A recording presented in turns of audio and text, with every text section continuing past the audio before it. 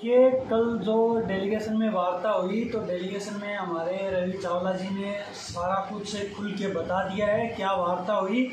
और जहाँ तक वार्ता के बाद का जो सवाल है, लोग कह रहे हैं कि मतलब किस तरीके से ये आंदोलन आगे जाएगा या किस तरीके से इस आंदोलन की अब रूपरेखा होगी, तो वो तो कमेटी को डिसाइड करना है। पर मैं एक साथियों से रिक्वेस्ट करना चाहूँगा कि आप लोग थोड़ा अपना दिमाग है ना उसका इस्तेमाल ज़रूर करें।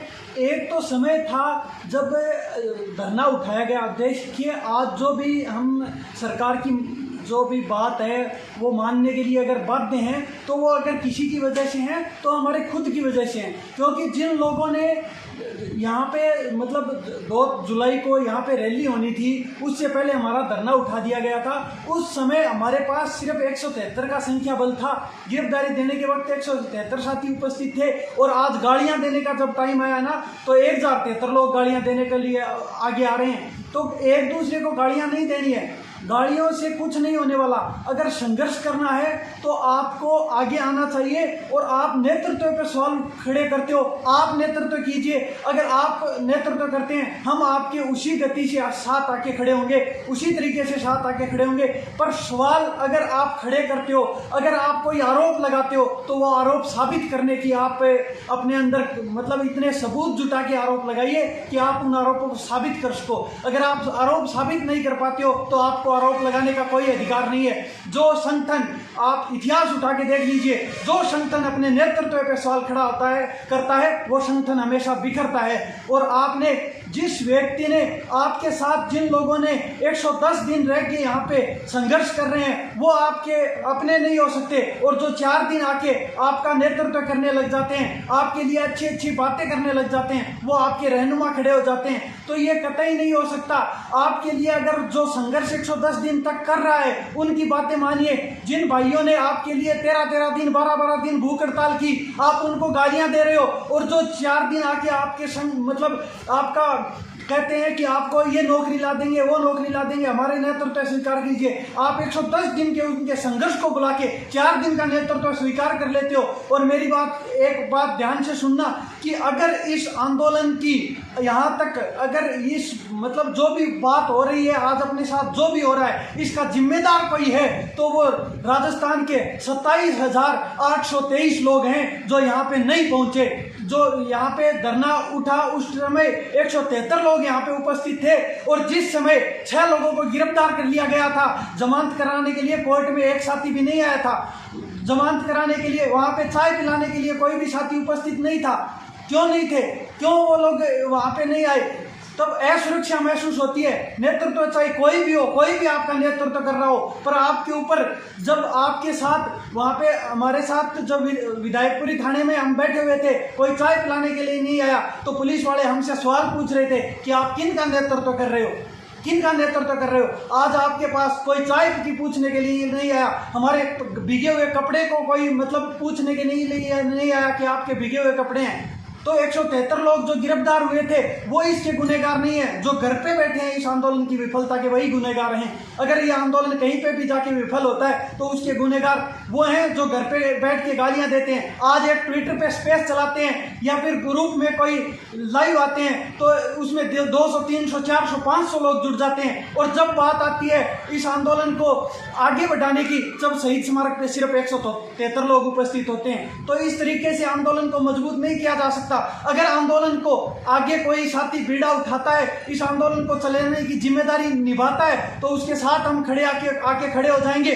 उसके साथ उस तरीके से मजबूती से खड़े रहेंगे। पर जो भी भाई ये बात सुन रहे हैं, जो भी भाई CHA से जुड़े हुए हैं, वो भी उनके साथ खड़े उसी तरीके से होना पड़ेगा जिस तरीके से और लोग साथी खड़े होते हैं। अगर आपका नेतृत्व मजबूत होता है तो आपके संख्या बल से मजबूत होता है, सवाल खड़े करने से मजबूत नहीं होता। आज जो लोग घर पे बैठ के किसी के नेतृत्व पे सवाल उठा रहे हैं, एक आरोप साबित करके दिखा दीजिए। जिन लोगों ने आपका नेतृत्व किया है, जिन लोगों ने आपके लिए लड़ाई लड़ी है, उन पे अगर आप सवाल खड़े कर रहे हो तो आपके संगठन का कोई महत्व नहीं रह जाता है। आपके लिए अगर कोई जब सीएम से वार्ता होती है तो वो 110 दिन तक जिसने आपके लिए लड़ाई लड़ी वो एक मतलब उनको तो सूचित तक नहीं किया जाता है। जिस व्यक्ति ने आपका नेतृत्व किया, जिन लोगों ने आपका नेतृत्व किया, उन्हें सूचित तक नहीं किया जाता है। और जब आपके लिए कोई संघर्ष करने की बात आती है, जब आपके लिए अनशन करने की बात आती है, जब आपके लिए खून से खत लिखने की बात आती है, जब आपके लिए धूप में नंगे पांव खड़े होने की बात आती है, तो वही लोग आपके साथ खड़े थे जो आपका नेतृत्व कर रहे थे। वो लोग नहीं थे जो 4 दिन में आके बरसाती मेंढक की तरह आपके साथ खड़े हो गए और बरसात होती है आपने अपने घोंसलों में वापस घुस गए। ऐसी बात नहीं है साथियों। आपको अगर नेतृत्व पे भरोसा है तो ही इस आंदोलन को आगे बढ़ाना। अगर आप नेतृत्व के साथ खड़े हो सकते हो तो ही आप आंदोलन को आगे बढ़ाना, और आगे बढ़ाते हो और इस आंदोलन को आगे लेके जाते हो तो उस आंदोलन में हम उसी तरीके से साथ खड़े होंगे जैसे हम पहले आंदोलन में साथ खड़े हुए थे। आप किसी को भी नेतृत्व चुनिए, नेतृत्व में पूरा विश्वास जताएंगे, नेतृत्व के साथ पूरी तरीके से खड़े नजर आएंगे। पर साथियों, आपको विश्वास किसी पे तो जताना पड़ेगा। जो आपके लिए लड़ रहे थे वो भी सीएचए थे, उन्हें भी एक नौकरी मिल रही थी। जिसने आपके लिए भूख हड़ताल की, खून से खत लिखा, जिन्होंने आपके लिए लड़ाई लड़ी वो भी सीएचए थे। आपके लिए लड़ाई लड़ रहे थे, वो इसलिए लड़ रहे थे कि आप सब भाई, सब सीएचए जिनको उम्मीद थी, जिन्होंने कोरोना में काम किया और उनकी उम्मीदों को पूरा करने के लिए लड़ रहे थे। यहाँ पे कोई एमएलए बनने के लिए नहीं लड़ रहा था। एमएलए बनने वाला 7,900 की नौकरी नहीं करता। सबसे बड़ा भ्रम था अपने आप और हम सब के दिल में जो भ्रम था कि एमएलए बन जाएगा, ये बन जाएगा, नेता बन जाएगा। मेरी बात सुनो, नेता आज तक शहीद स्मारक से 20 साल से हनुमान जी ड्यूटी कर रहे हैं। पुलिस वाले, उनसे पूछ लीजिए कोई भी कर्मचारी आंदोलन करके यहाँ पे नेता बना है क्या? कोई भी राजस्थान की विधानसभा में, लोकसभा में, संसद पहुंचा है क्या? आपको ये अपने नेतृत्व पे विश्वास जताना पड़ेगा और तभी आंदोलन की सफलता निर्भर हो सकती है। आपको नेतृत्व पे ही विश्वास जताना पड़ेगा। जो भी भाई नेतृत्व करना चाहते हैं उनके साथ हम उसी तरीके से मजबूती से साथ खड़े होंगे जैसे पहले खड़े थे। और कुछ लोग ये कहते हैं, मतलब घर में बैठ के गालियां देते हैं, आंदोलन से किसी भी तरीके से जुड़े हुए नहीं थे।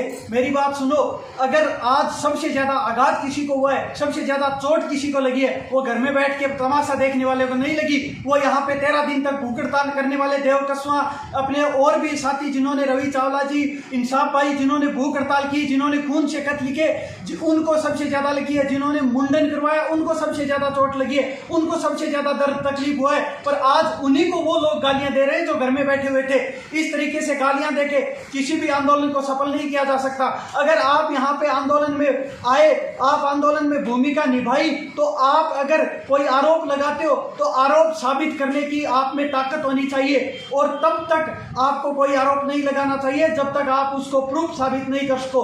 आज कोई भी गालियां दे सकता है, अपने कमरे में बैठ के गालियां दे सकता है, पर शहीद स्मारक पे 90 दिन तक यहाँ पे संघर्ष करना कोई छोटी मोटी बात नहीं है। और संघर्ष के बाद ये परिणाम आते हैं तो उसको भी चोट उतनी लगती है, उससे 50 गुना ज्यादा आपको जो चोट लगती है ना, उससे 50 गुना ज्यादा यहाँ पे जो बैठ के संघर्ष किया था ना, जिन भाइयों ने यहाँ पे धूप में अपनी रातें गुजारी थी, यहाँ पे पूरी बारिश में भीगे थे, आंधियों में भी टिके रहे थे, आंधियां, बरसात हो चाहे धूप हो, यहाँ पे बैठे रहे थे, उन लोगों को उससे ज्यादा चोट लगी है, 50 गुना ज्यादा चोट लगी है। तो अपने आप को, और जो साथी, कुछ साथी कह रहे हैं कि सुसाइड, मैं हार गया हूं, ऐसे मतलब इस तरीके की गतिविधियां करना चाहते हैं, मैं आपको कह देना चाहता हूं, आपके माँ बाप ने आपको इसलिए आपको लाखों रुपए लगा के डिग्री नहीं करवाई कि आप डिग्री करके एक नौकरी में विफल हो गए, एक परीक्षा में फेल हो गए तो आप सुसाइड कर लो। आपको कोई अधिकार नहीं है उनके सपनों को कुचलने का, आपको कोई अधिकार नहीं है उनके साथ सपनों के साथ खेलने का। अपने माँ बाप के सपनों को पूरा कीजिए।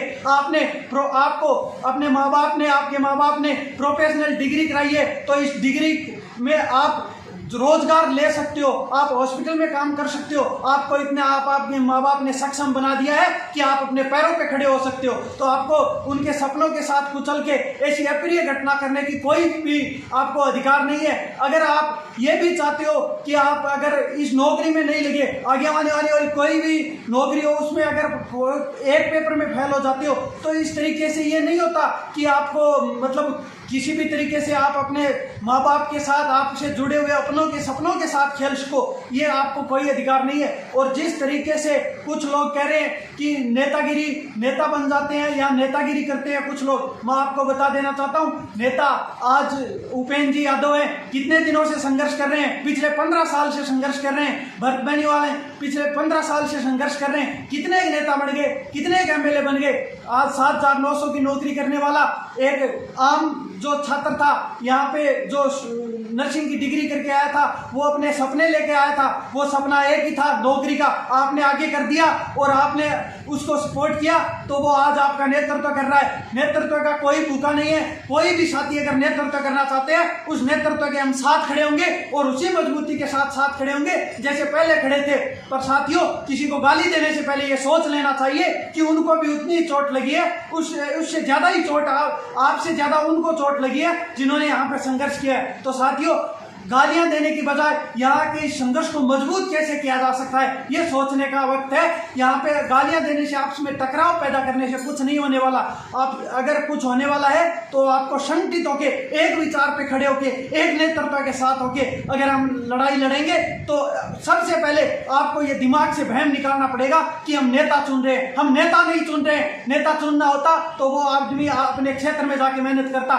नेता नहीं चुन रहे, हम नेतृत्व चुन रहे हैं, और वो सिर्फ आंदोलन का नेतृत्व है, हमारे आंदोलन का नेतृत्व है। यह आपको दिमाग में डालना पड़ेगा कि यह कोई नेतागिरी चुनने का, यह कोई चुनाव करने का वक्त नहीं है। चुनाव करना होता तो क्षेत्र में मेहनत करते।